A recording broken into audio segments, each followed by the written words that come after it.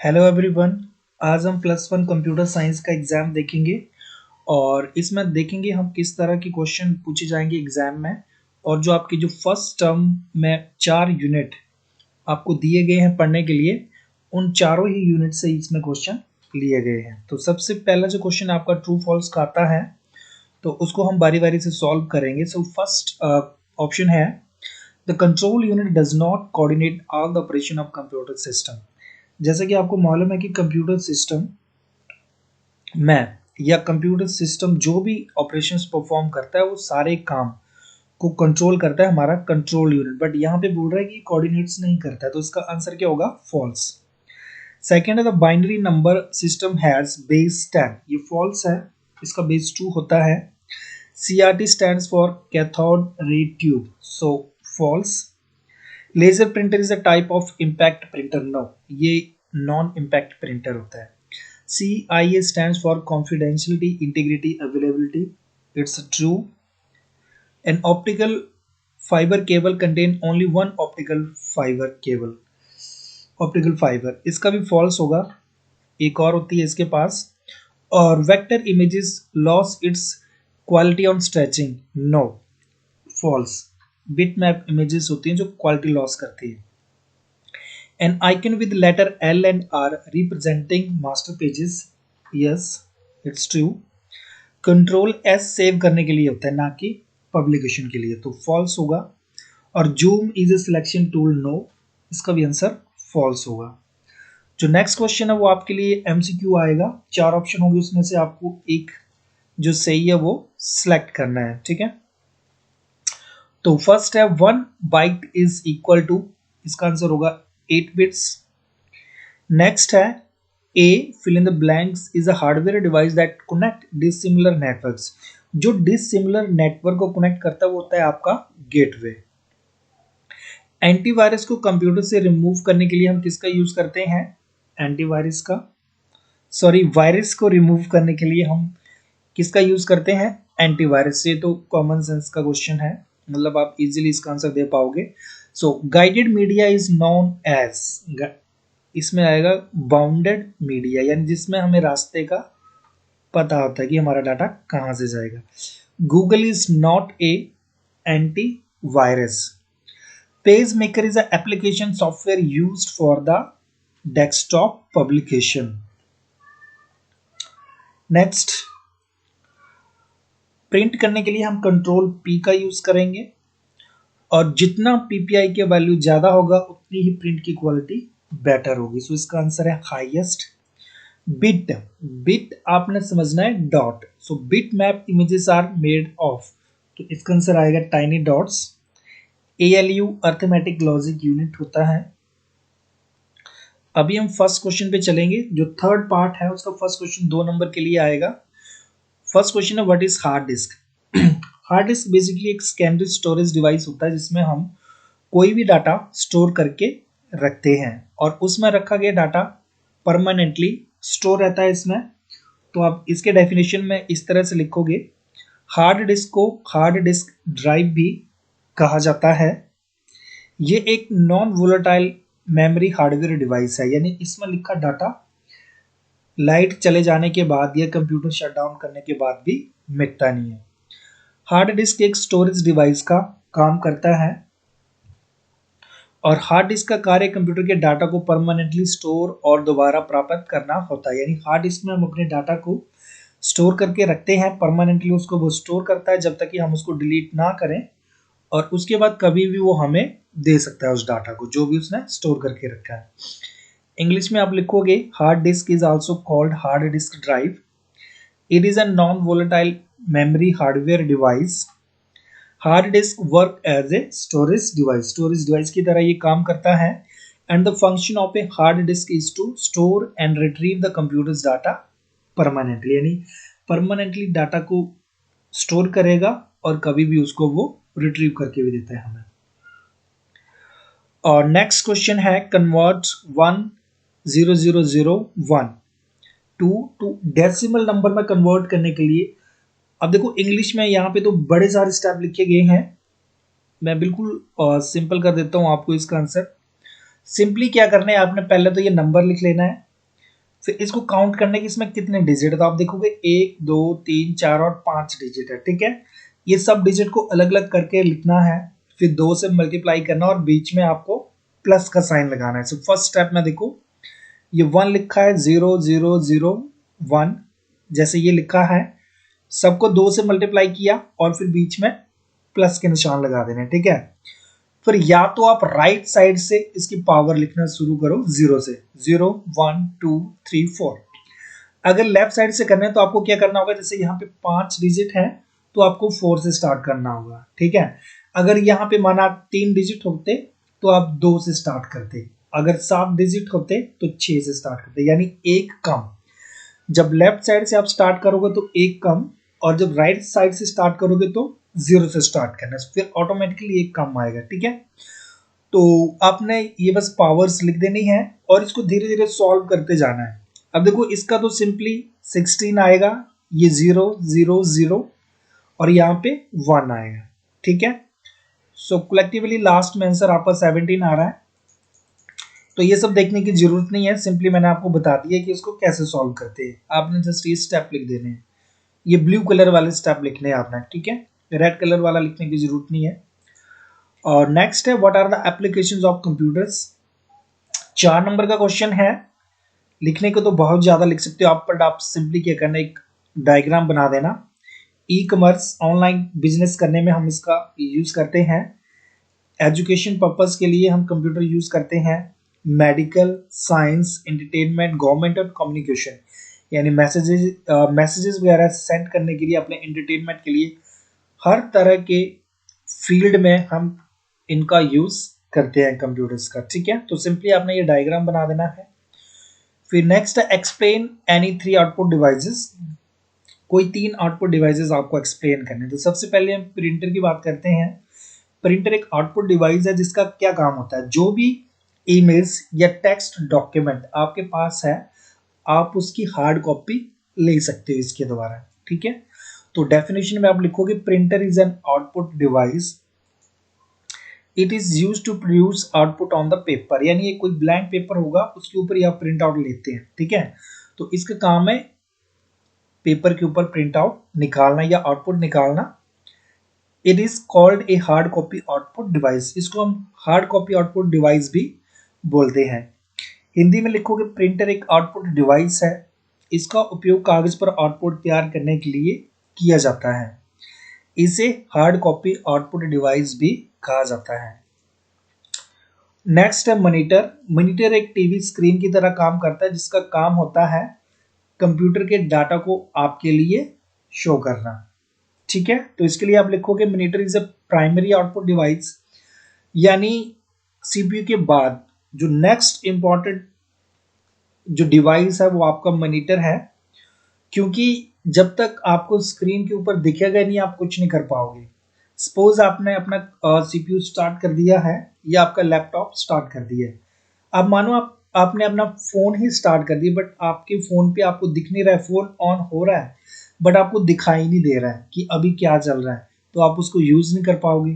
ठीक है, तो इसलिए लिखा है कि monitor is a primary output device, it looks like a TV screen, ये टीवी स्क्रीन की तरह ही दिखाई देता है, and it displays output on the screen, ये स्क्रीन के ऊपर आपको आउटपुट दिखाता है कि आप क्या कर रहे हो, अभी फिलहाल कंप्यूटर पे आप क्या कर रहे हो। It is also called soft copy output device, printer को हार्ड कॉपी आउटपुट डिवाइस बोलते हैं क्योंकि वो आपको एक हार्ड कॉपी देता है, आपके डिजिटल डाटा जो भी है उसका हार्ड कॉपी देता है और ये आपको सॉफ्ट कॉपी शो करेगा। हिंदी में लिखोगे आप मॉनिटर एक प्राथमिक आउटपुट डिवाइस है, यह एक टीवी स्क्रीन की तरह दिखता है, ये स्क्रीन पर आउटपुट प्रदर्शित करता है और इसे हम सॉफ्ट कॉपी आउटपुट डिवाइस भी कहते हैं।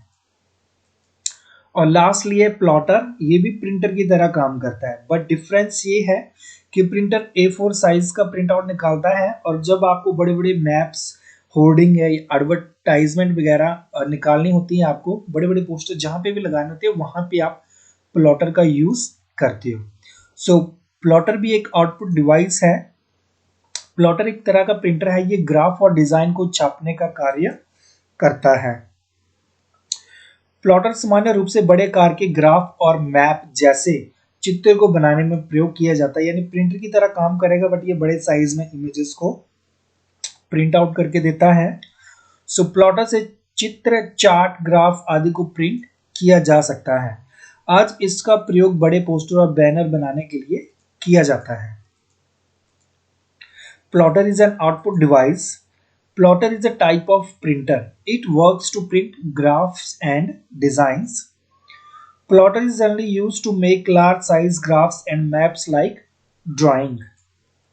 Picture charts, graphs, etc. can be printed with the plotters, and today it is used to make large posters and banners. Next question है, what is web search engine?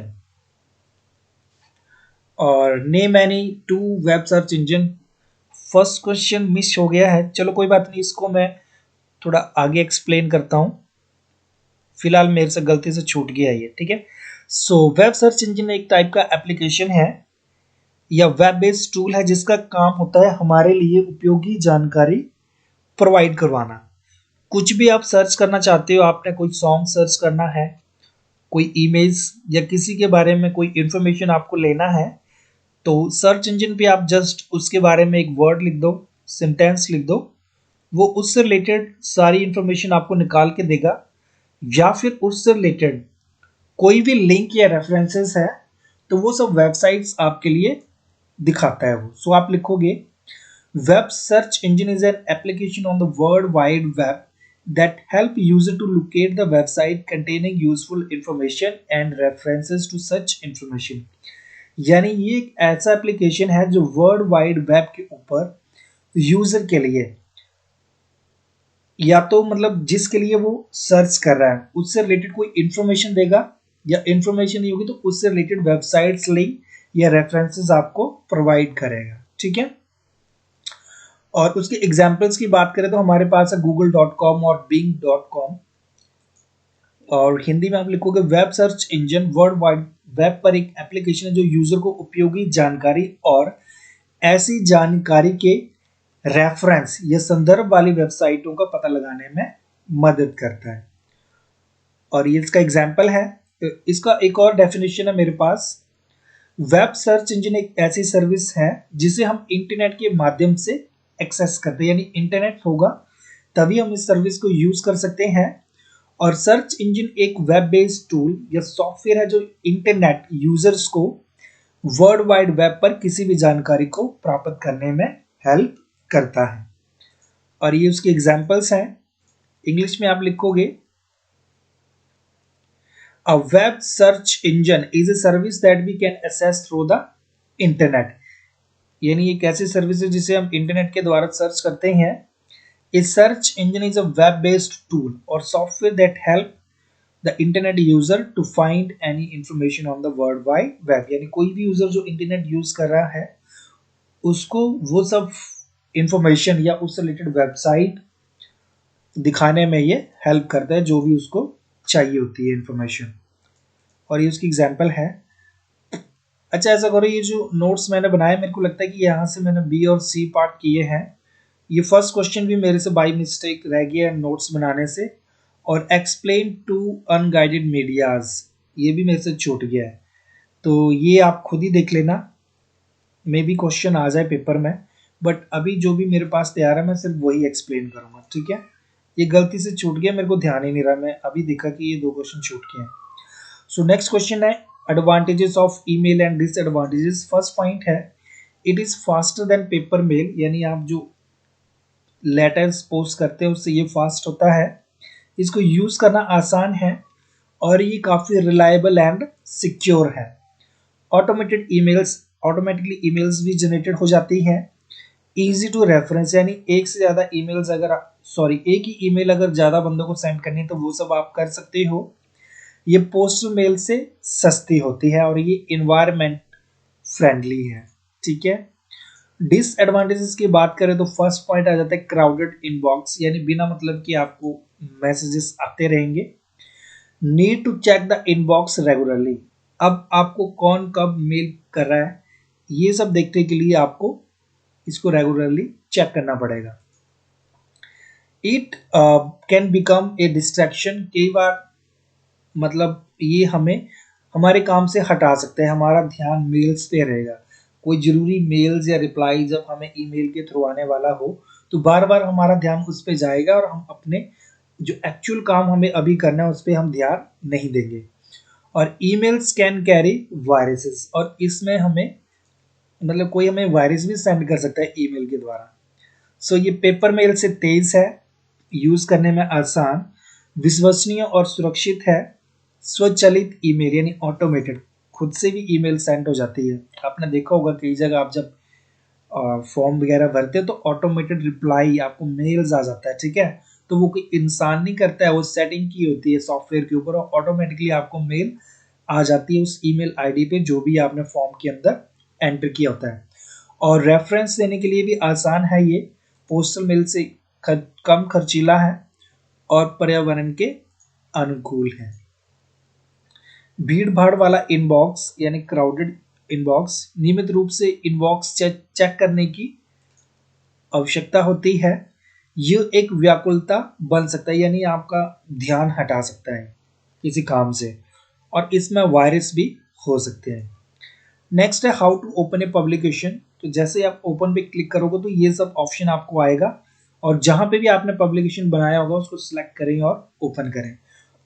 तो इसके जो point है, देखो first point में 3 option है, तीनों में से कोई भी एक लाइन आप लिख सकते हो। फर्स्ट है चूज फाइल, फिर ओपन पे क्लिक करना है मेनू बार में, या फिर click on the open icon in the tool bar. अगर ये भी नहीं करना है तो आप क्या करोगे, कंट्रोल के साथ ओ प्रेस करना है कीबोर्ड से तो खुल जाएगा। सेकंड पॉइंट है the file name is given in the file name list box, यानी एक लिस्ट जैसे ओपन हो जाएगी जहां पे सारी फाइल्स के नेम दिए गए होंगे। The name of the file to be open can be chosen from the list which is displayed, यानी जो भी लिस्ट आपको दी गई होगी उसमें से आपको वो फाइल नेम सेलेक्ट करना है जो कि आपको ओपन करना है।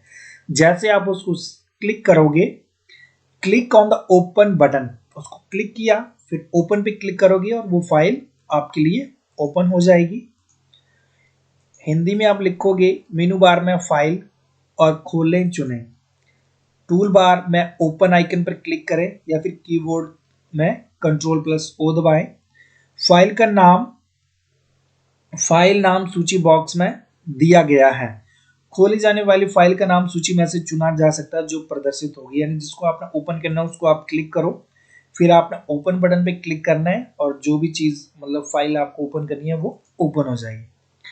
नेक्स्ट क्वेश्चन है what is the difference between bit map and vector image. तो देखो जिनको इंग्लिश में लिखना है सिंपली फर्स्ट पॉइंट लिखोगे आप made up of pixels in a grid, कि पिक्सेल्स में मतलब पिक्सेल्स के द्वारा इनको बनाया जाता है, छोटे छोटे डॉट लगे होते हैं स्क्वायर शेप में।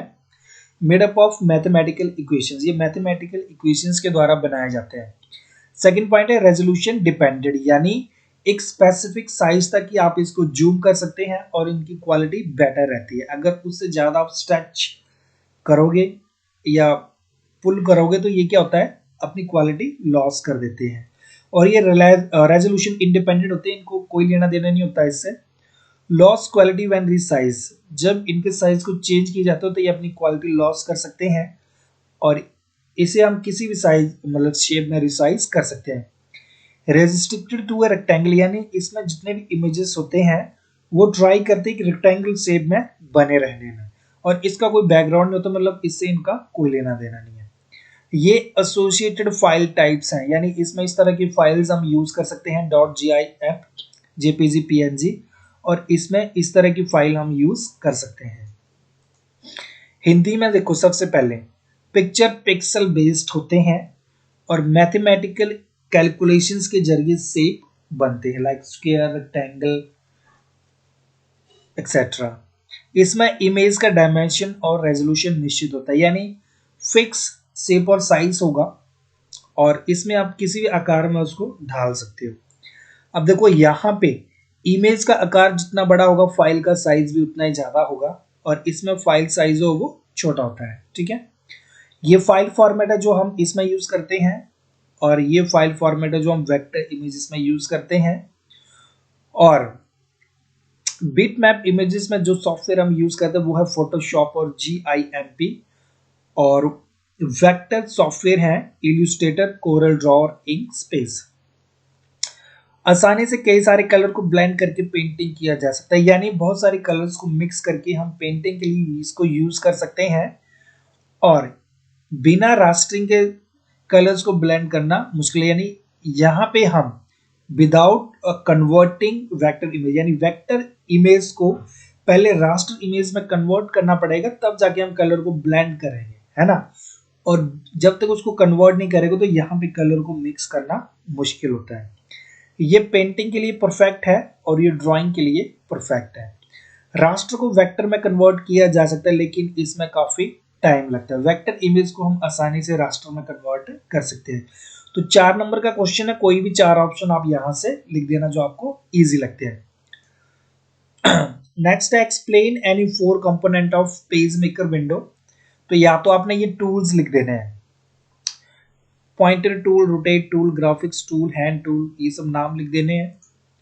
या फिर आपने इस तरह से लिखना है टेक्स्ट, सिलेक्ट टेक्स्ट और set insertion point for adding text. या तो टेक्स्ट को सिलेक्ट करेगा या फिर एक मतलब एरिया जैसा दे देगा, आप खुद सिलेक्ट करोगे कि यहाँ पे आपको कुछ लिखना है।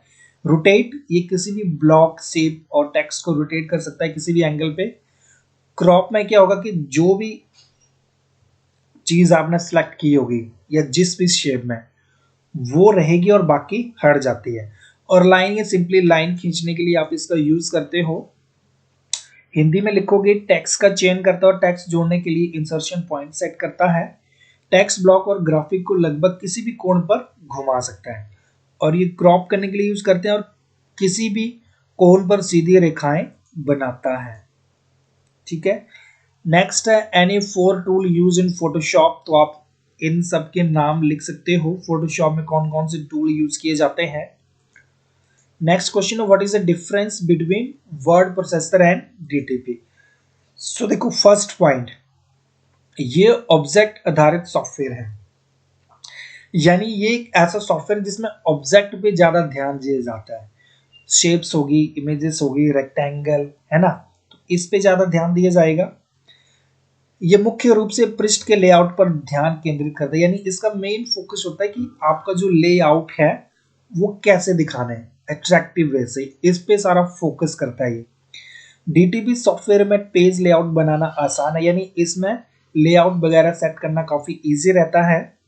और इस सॉफ्टवेयर में प्रत्येक ऑब्जेक्ट को अलग से नियंत्रित किया जा सकता है, यानी जो भी शेप, इमेजेस या टेक्स्ट अलग अलग, आपने मैगजीन्स वगैरह देखी है ना, या न्यूज़पेपर, तो उसमें आपने देखा होगा कि इमेज भी होती है, न्यूज़ भी होती है, एडवर्टाइजमेंट भी होती है और न्यूज़ भी होती है। ठीक है, तो वो सब ऑब्जेक्ट, मतलब इमेज या टेक्स्ट कुछ भी, उन सबको वो सेपरेटली आप कंट्रोल कर सकते हो इजीली डेस्कटॉप पब्लिशिंग में। और इसका यूज ज्यादातर हम कार्ड या फिर मैगजीन्स बनाने के लिए करते हैं। और फाइल एक्सटेंशन जो हम इसमें यूज करते हैं वो है .psd एंड .cdr। और सॉफ्टवेयर हम यूज करेंगे Adobe Photoshop, Adobe page maker और कोरल ड्रॉ एक्सेट्रा। अब वर्ड प्रोसेसर की बात करें तो ये टेक्स्ट पे ज्यादा फोकस करता है। ठीक है, और ये मुख्य रूप से शब्दों की सटीकता पर ध्यान केंद्रित करता है, यानी यहाँ पे लेआउट पे वर्क किया जाता है, फोकस किया जाता है। और यहाँ पे वर्ड पे एक्यूरेसी ऑफ, मतलब वर्ड जो एग्जैक्टली प्रिंट होने चाहिए उस पे ज्यादा ध्यान दिया जाता है, स्पेलिंग गलत ना हो ये सब देखा जाता है। और यहाँ पे पेज लेआउट पे ज्यादा कंट्रोल नहीं होता। और सभी टेक्स्ट एक साथ नियंत्रित किया जा सकता है, यानी टेक्स्ट किसी भी टाइप का हो उसको हम कंट्रोल कर सकते हैं। और इनका यूज हम करते हैं ज्यादातर साधारण टेक्स्ट, यानी सिंपल टेक्स्ट डॉक्यूमेंट बनाने के लिए हम इसका यूज करते हैं। और ये फाइल एक्सटेंशन है जो हम इस सॉफ्टवेयर में यूज करते हैं .doc .docx। और ये एग्जांपल है सॉफ्टवेयर की MS word, word pad, word star etcetera. Hindi में आप लिखोगे it is an object based software, it mainly focus on the layout of the page, यानी पेज के लेआउट पे ज्यादा फोकस करता है ये। It is easy to create page layout in the DTP software, DTP software में page layout को control करना इजी रहता है। Each object can be controlled separately in the software हर एक ऑब्जेक्ट को आप सेपरेटली कंट्रोल कर सकते हो and these are use to create good quality visiting cards and magazines etcetera. अच्छी क्वालिटी के विजिटिंग कार्ड मैगजीन्स वगैरह प्रिंट कर सकते हो। और फाइल एक्सटेंशन इसमें होता है .psd और .cdr और ये सॉफ्टवेयर की एग्जांपल है। यहाँ पे आप लिखोगे it is text based software, यानी टेक्स्ट बेस्ड सॉफ्टवेयर है और इसका मेनली फोकस होता है on the accuracy of the word, यानी वर्ड की एक्यूरेसी पे ज्यादा फोकस रहता है इसका। और पेज लेआउट पे इसका ज्यादा कंट्रोल नहीं होता, it does not have more control over the page layout. All text can be controlled together, इन सब टेक्स्ट को यहाँ पे इजिली आप कंट्रोल कर सकते हो।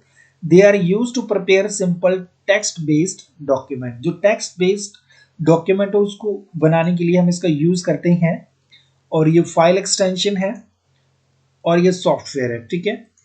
अब नेक्स्ट क्वेश्चन है explain 4 file use in Photoshop में कौन कौन से आप यूज करते हो फाइल टाइप्स। 4 नंबर का क्वेश्चन है। तो एक तो आप सिंपली इस तरह से भी ले सकते हो जिनको कुछ भी नहीं आएगा लिखने, कि फोटोशॉप में बनाई गई image by default .psd format में शेप होती है और .psd फोटोशॉप का एक्सटेंशन होता है जिसका पूरा नाम है फोटोशॉप डॉक्यूमेंट। परंतु फोटोशॉप में बनाई गई फाइल को हम किसी भी फाइल फॉर्मेट में सेव कर सकते हैं और वो फाइल फॉर्मेट है like GIF, IMG, PNG, JPG, WPG, TIF, EPS etcetera. थोड़ा एक्सप्लेन करके लिखना होगा तो आप इस तरह से लिख सकते हो GIF फाइल फॉर्मेट, इसमें आप लिखोगे इसका पूरा नाम है ग्राफिक फाइल फॉर्मेट और इसका यूज करते हैं हम लोगोस, नेविगेशन बटन एक्सेट्रा बनाने के लिए।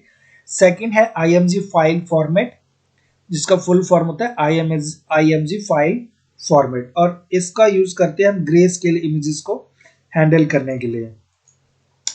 खास नहीं, ऐसे बकवास सा टॉपिक है। और JPG फाइल फॉर्मेट में आप सिंपली इसका फुल फॉर्म लिख देना और इसका यूज करते हैं हम डॉस, विंडोज और यूनिक्स। इसके लिए जो ग्राफिक्स डिजाइनिंग होती है या इमेज से रिलेटेड कोई भी वर्क है वो सब डिजाइन करने के लिए हम इसका यूज करते हैं। और PNG फॉर्मेट ये आपके पेंट में बनता है और ज्यादातर इंटरनेट पे जो भी आपकी इमेजेस होती हैं वो इसी में बनाई गई होती है, ठीक है। इंग्लिश में आप लिखोगे stands for Photoshop document and it is native format for files created in Photoshop then JPEG। ये दिख लेना, मेरे को अच्छा नहीं लग रहा है। और लॉसलेस कंप्रेशन, इसमें भी आप और JPEG क्या होता है कि फाइल को कंप्रेस कर सकता है जिससे फाइल साइज कम हो जाता है। और ये देख लेना आप खुद ही, ठीक है। चलो ठीक है फिर, ओके।